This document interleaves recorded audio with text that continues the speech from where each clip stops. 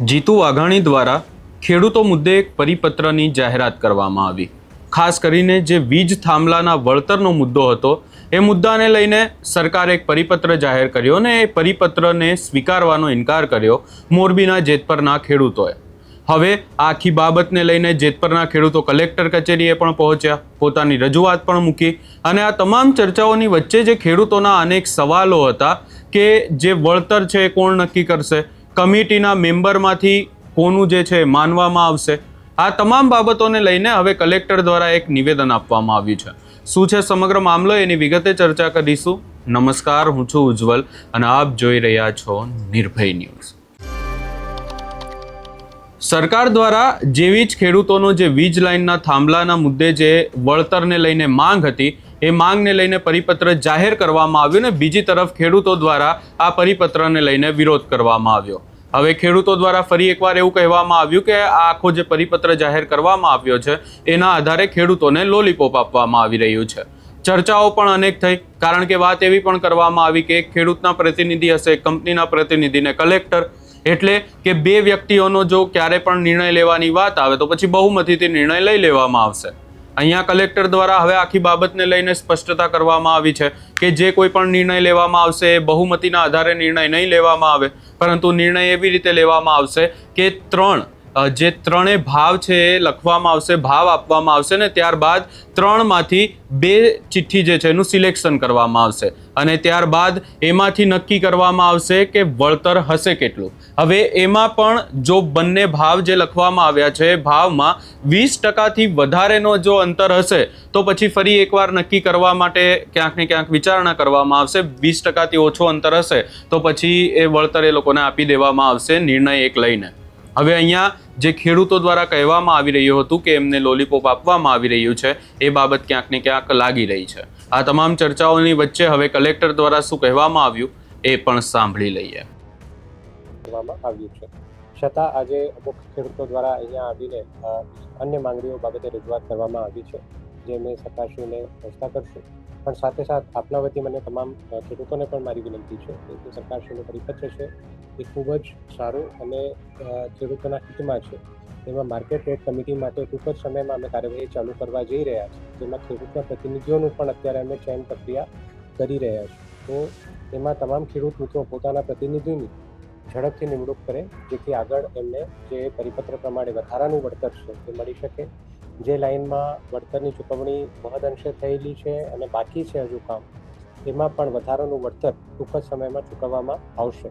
જેથી તમામ ખેડૂતોને પણ મારું આગ્રહ અને વિનંતી છે કે આપ લોકો આવો અને માર્કેટ રેટ કમિટીનો ભાગ બનો, જેથી આપણે વધારાનું વળતરની ચૂકવણી થઈ શકે.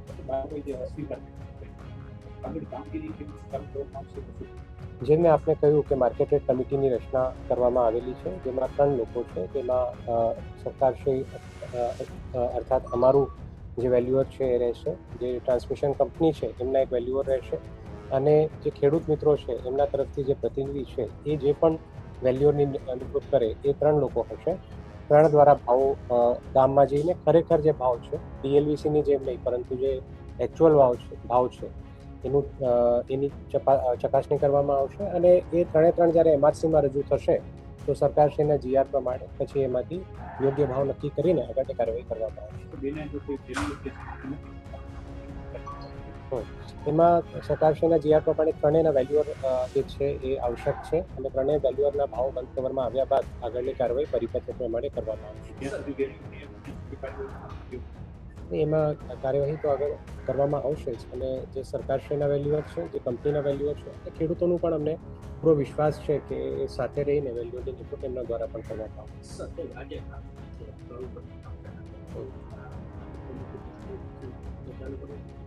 હા, એમાં જે સરકારશ્રીનું જીઆર છે એ પ્રમાણે માર્કેટ રેટ કમિટીમાં જે ભાવ છે એ નક્કી થયા બાદ 100% અપફ્રન્ટ પેમેન્ટ કર્યા બાદ જ કાર્યવાહી કરવાની રહે છે. જેથી ગયા અઠવાડિયામાં અમે તમામ ટ્રાન્સમિશન કંપનીઓ સાથે પણ બેઠક કરી હતી અને એમને પણ એમના જે વેલ્યુઅર છે એમની નિમણૂક કરવા માટે સૂચના આપી હતી. એમની વેલ્યુઅરની નિમણૂક થાય, સરકારશ્રીના વેલ્યુઅરની નિમણૂક થાય અને ખેડૂતોના વેલ્યુઅરની નિમણૂક થાય, ભાવ નક્કી થાય, 100% પેમેન્ટ ખેડૂતોને ક્રેડિટ થાય, એના પછી જ કામગીરી કરવાની રહેશે. એ સૂચના બહુ સ્પષ્ટપણે અમે જે તમામ ટ્રાન્સમિશન કંપનીઓ છે એમને પણ આપી છે.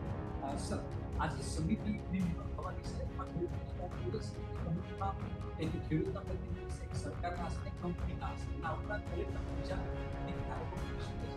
તો એમણે એક વાંધો એ કે જો કલેક્ટર પણ બે પ્રતિનિધિ અને સરકાર અને કંપનીના હોય તો બહુમતી તો એ કંપનીમાં ખેડૂત સિવાયના વર્ગની છે. તો એટલે અમારો મુદ્દો સાચો નહીં પડે એવી વાત છે.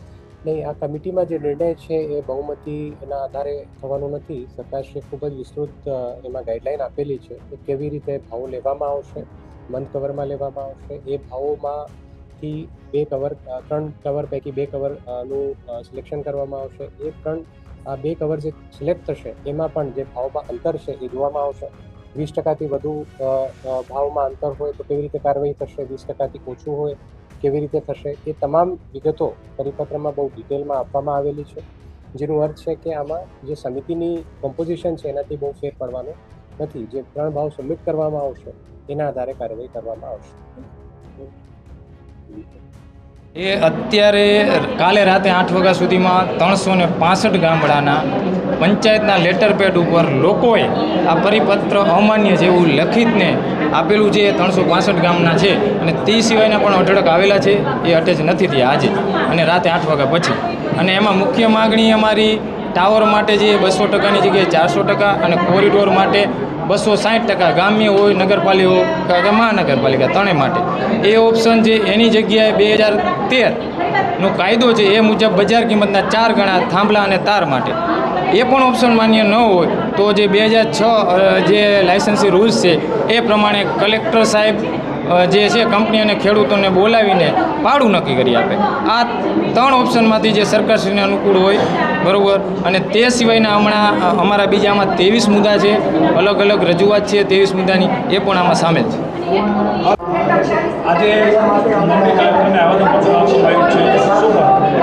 જે આ ખેડૂતને જે સરકારે લોલીપોપ સ્વરૂપે જે પરિપત્ર જાહેર કર્યો છે એ કોઈ પણ રીતે ખેડૂતના હિતમાં છે નહીં. એ જોઈને તમામ ખેડૂતોને પણ એવું લાગે છે કે આ કંપનીના હિતે શું છે. એટલે આ પરિપત્ર કોઈ ખેડૂતને માન્ય નથી. એટલે ગુજરાતના તમામ ખેડૂતો આ પરિપત્રનો વિરોધ કરે છે અને અહીંયા કલેક્ટરને અમે આવેદનપત્ર આપવા આવ્યા છીએ અને જે એ પરિપત્રમાં અમારી નવી માંગણીઓ છે, જેમાં જે સુધારો કરવાનો છે એ રજૂ કરવા આવ્યા છીએ અમે અહીંયા.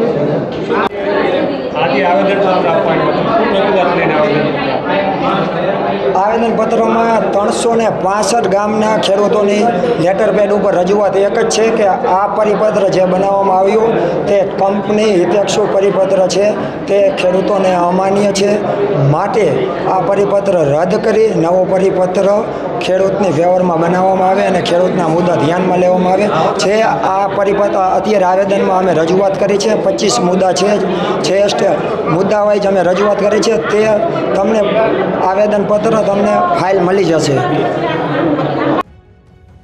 હવે અહીંયા ખેડૂતોનો બીજો એક સૌથી મોટો પ્રશ્ન એ હતો કે આખી કમિટીની જે રચના કરવામાં આવશે તો પછી ખેડૂતોના જે પ્રતિનિધિ છે એનું ચયન કોણ કરશે. એને લઈને પણ અહીંયા કલેક્ટર દ્વારા એક સ્પષ્ટતા કરવામાં આવી છે કે ખેડૂતોના જે પ્રતિનિધિ છે એની ચયન પ્રક્રિયા ચાલી રહી છે. ખેડૂતો પણ પોતાના પ્રતિનિધિ વિશે અમને જણાવી શકે છે, એના હિસાબે પણ ચયન કરવામાં આવશે.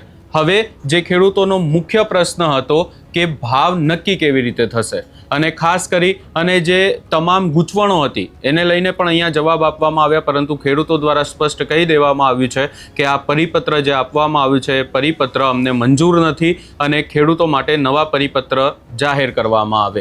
વળતરનો જે મુદ્દો છે એને લઈને તંત્ર નવો પરિપત્ર જાહેર કરે. બીજી તરફ હવે કલેક્ટર દ્વારા એવું કહેવામાં આવી રહ્યું છે કે સરકારે વિચારીને આ જે આખો પરિપત્ર છે એ જાહેર કર્યો છે અને ખેડૂતોએ જે માંગ મૂકી છે એને લઈને અમે વિચારણા કરીશું ને આગામી સમયમાં ઉચ્ચ કક્ષાએ પણ આખી બાબતને લઈને ધ્યાન દોરવામાં આવશે. જોવાનું રહેશે કે હવે આગામી સમયમાં શું થાય છે, કારણ કે જેતપરના ખેડૂતો જે છેલ્લા કેટલાય સમયથી વિરોધ કરી રહ્યા છે એ હવે આ આખી બાબતને લઈને એમના દ્વારા પરિપત્ર સ્વીકારવાનો ઇનકાર કરવામાં આવ્યો છે. 300થી વધુ ગામડાઓના લોકો છે એમને લઈને જે સિગ્નેચર લઈને ત્યાં પહોંચ્યા હતા અને આગામી સમયમાં હજી વધુ લોકોના સિગ્નેચર લઈને આવીશું એવી પણ વાત કરવામાં આવી છે. આ સમગ્ર બાબતે તમારો શું અભિપ્રાય છે એ અમને કમેન્ટ કરી જરૂર જણાવશો ને અમારી ચેનલ નિર્ભય ન્યૂઝને લાઇક, શેર, સબસ્ક્રાઇબ કરવાનું ભૂલશો નહીં.